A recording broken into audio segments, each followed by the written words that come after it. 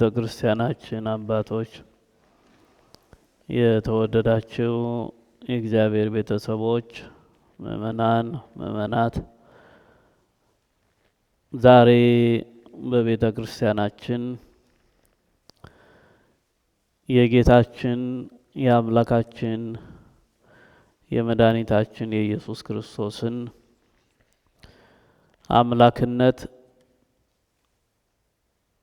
ሞትን ድል አድርጎ የተነሳ ያረገ ኋላም በጻድቃንና በኃጥአን ላይ ሊፈርድ እንደሚመጣ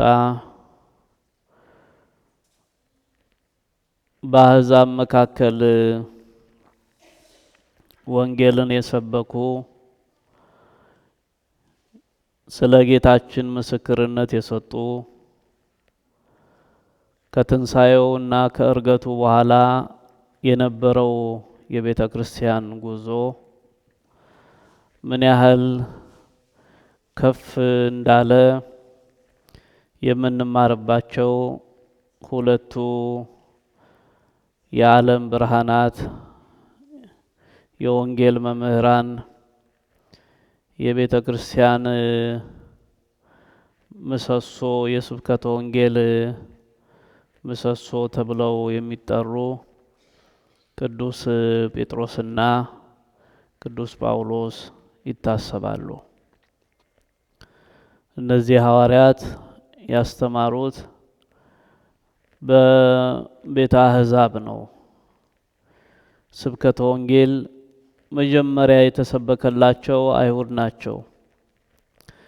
ከአይሁድ በኋላ የተሰበኩ አሕዛብ ናቸው።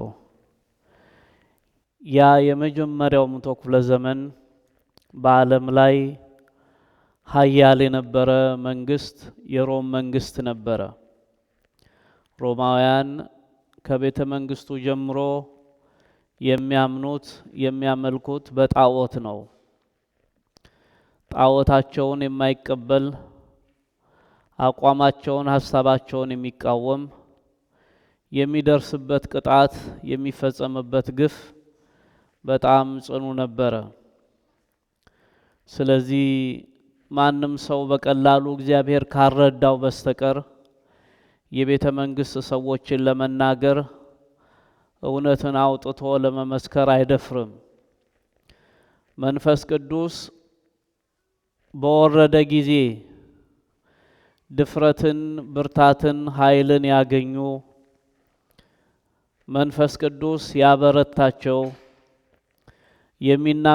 የሚናገሩትን በአንደበታቸው እያኖረ የሚናገርባቸው እነዚህ ሁለት ሐዋርያት ቅዱስ ጴጥሮስ፣ ቅዱስ ጳውሎስ ይሄን የማይደፈረውን ቤተ መንግስት የማይደፈሩትን በዚያ ዘመን የነበሩትን የሮም ነገስታት ስለ ኢየሱስ ክርስቶስ በድፍረት መሰከሩላቸው። ስለ አምላክነቱ በድፍረት ተናገሩ።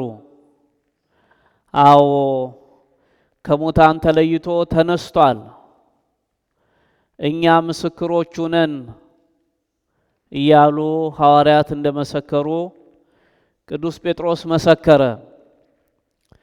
እኔ ደግሞ አሳዳጅ ነበርኩ፣ በኋላ ከሐዋርያቱ በኋላ እኔን ጠራኝ፣ በፍቅሩ ማረከኝ፣ ሳበኝ፣ አገልጋዩ አደረገኝ ብሎ ደግሞ ቅዱስ ጳውሎስ መሰከረለት። ይሄ ምስክርነት በቤተ መንግስት ሰዎች የሚወደድ አልነበረም።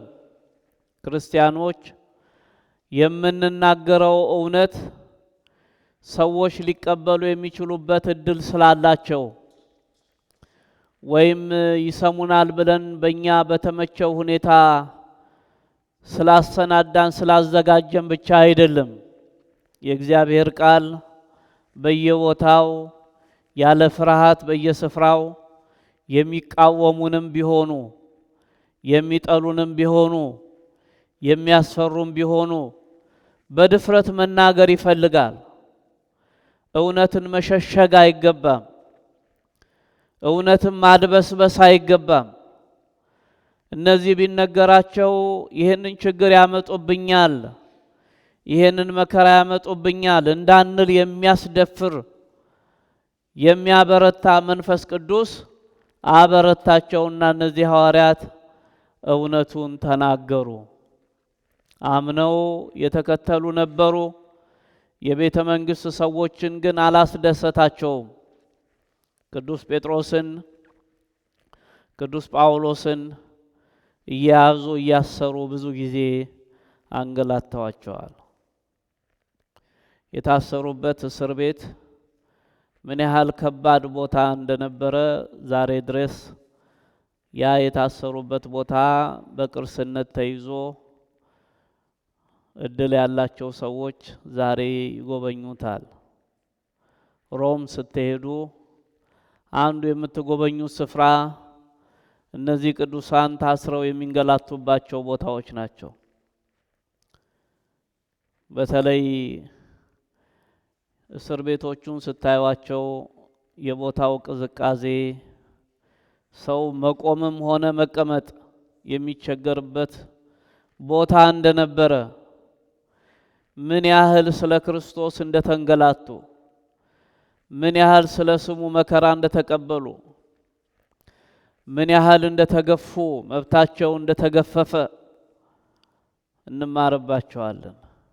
ያኔ እነሱ ዋጋ ከፈሉ። ከጎን የሚቆም ብዙ አልነበረ። አለሁ አለሁ የሚል ብዙ አልነበረ። ደጋፊ ብዙ አልነበረ። እውነትን ብቻችሁን ስትከላከሉላት ስትመሰክሩላት ምን ያህል ሕመም እንዳለው ያለፈበት ነው የሚያውቀው። ሰማዕታትን የምናስባቸው እነሱ ያለፉበትን እንድናውቅ እኛም በዘመናችን ይሄን የመሰለ ነገር ቢገጥመን እንድንበረታ፣ እውነትን ለመናገር እንድንደፍር፣ ሃይማኖታችንን ለመመስከር እንድንደፍር፣ እግዚአብሔር በእድል የሰጠንን ቦታ ሁሉ ለክርስቶስ እንድናሸንፍ፣ በማህበራዊ እድልም እንገናኝ፣ ቤተሰባዊ ጉዳይም ያገናኘን፣ የአገር ጉዳይም ያገናኘን፣ የተወሰነ የሆነ አጋጣሚም ያገናኘን፣ ስለ ክርስቶስ መመስከር፣ ስለ ሰው ልጆች ሕይወት ጥቅም መናገር ከሁሉ እንደሚጠበቅ ይሄንን መሰሰት እንደሌለብን ወደማይጠቅመን ወሬ ወደማይጠቅመን ነገር ከማዘንበል ይልቅ ሰማያዊ ነገርን እንድናስቀድም እነዚህ ሰማዕታት ያስታውሱናል። ይሄንን ካስተማሩ ከሰበኩ በኋላ ሲያዙ እንዳትናገሩ፣ ከዛሬ በኋላ የክርስቶስን ስም እንዳታነሱ፣ ይሄንን እውነት እንዳትመሰክሩ እያሉ ያስጠነቅቋቸዋል። እኛ ከእግዚአብሔር ይልቅ እናንተን እንሰማ ዘንድ አይገባም እያሉ እንዲያውም እየጨመሩ አገልግሎታቸውን እያሰፉ ሄዱ። እነሱ ሲጠነክሩ መከራውንም እየጠነከረ፣ እነሱ ሲበረቱ ፈተናውም እየበረታ፣ ችግሩም እየበዛ፣ እንቅፋቱም እየበዛ። የቤተ ክርስቲያን ጉዞ እንደዚህ ነው። ቁጥራችን ትንሽ ሲሆን አገልግሎታችን መጠኑ ዝቅ ሲል ፈተናው እንደዛ ነው። አገልግሎቱ ሲሰፋ ቁጥራችን ሲበዛ እግዚአብሔር ሲጠቀምብን ፈተናውም እንደዛው ያድጋል፣ ችግሩም እንደዛው ይሰፋል። ችግር እንዳያገኘን አስበን በክርስትና መኖር የለብንም። ፈተና ከየትም ይመጣል፣ በተለይ እግዚአብሔር ከኛ ጋር የሚሰራ ከሆነ።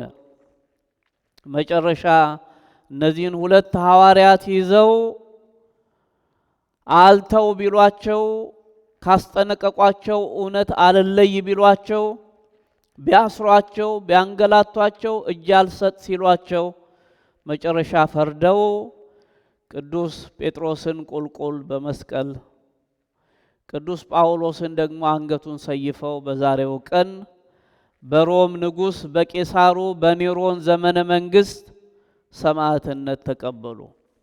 ለክርስቶስ ምስክር ሆኑ።